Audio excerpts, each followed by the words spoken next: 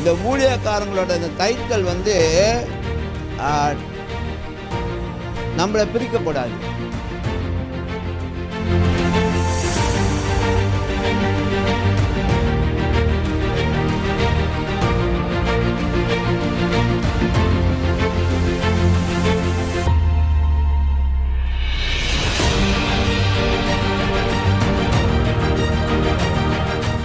இன்றைக்கி நிறையா பேருக்குள்ள இன்னொரு ஒரு கேள்வியோ இல்லை சில நேரம் நிறையா பேருக்குள்ள ஒரு சவால், இந்த சுகமளிக்கும் ஊழியத்தில் இல்லை சுகமளிக்கும் ஊழியத்தில் நீங்கள் பங்கு பெறுவதுக்கு உள்ள ஒரு சவால் என்னென்னா, எனக்கு அந்த வரம் கொடுத்துருக்காரு ஆண்டவர்,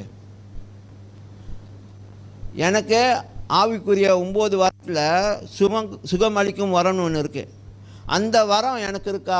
அந்த வரத்தை தேவன் எனக்கு கொடுத்துருக்காரா? என்கிட்ட இருந்தால் தான் நான் போய் ப்ரே பண்ண முடியும், இருந்தால் தான் நான் மற்றவங்களுக்கு சுகத்தை கொடுக்க முடியும் அப்படின்னு சொல்லி ஒரு பெரிய சவால்.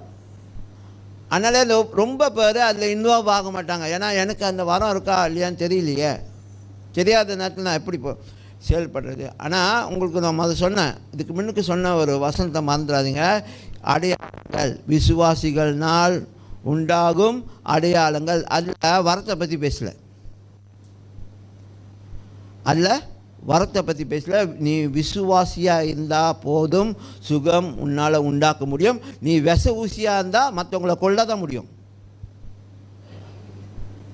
அப்போ நாங்கள் பவுல் சுகமாக்கும் வரத்தினாலே குணப்படுத்த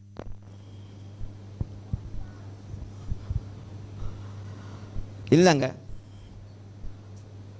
அவர் தேவனுடைய வார்த்தையை ஒரு ஊழியக்காரனாக நம்பி செயல்பட்டார். இங்கே பாருங்கள், இந்த ஊழியக்காரங்களோட இந்த டைட்டில் வந்து நம்மளை பிரிக்கக்கூடாது. அப்படின்னா நம்ம எல்லாரும் விசுவாசிக்க, நானும் விசுவாசி தான், நானும் அங்கேருந்து தான் வந்தேன், விசுவாசி தான், இன்றைக்கும் நானும் விசுவாசி தான். நம்மளோட டைட்டில் தான் வேறு. ஹலோ, நான் பாஸ்டரு, நீங்கள் ஜனங்க, ஆனால் நம்ம எல்லாரும் விசுவாசிகள் தான். அதுதான் நம்முடைய அடிப்படையான status. I am a believer, you are a believer.